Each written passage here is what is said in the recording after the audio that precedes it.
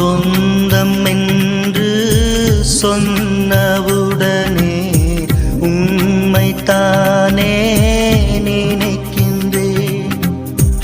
உம்மை அறிந்த நாளில் இருந்து உம்மை அண்டி கிடக்கின்றேன்.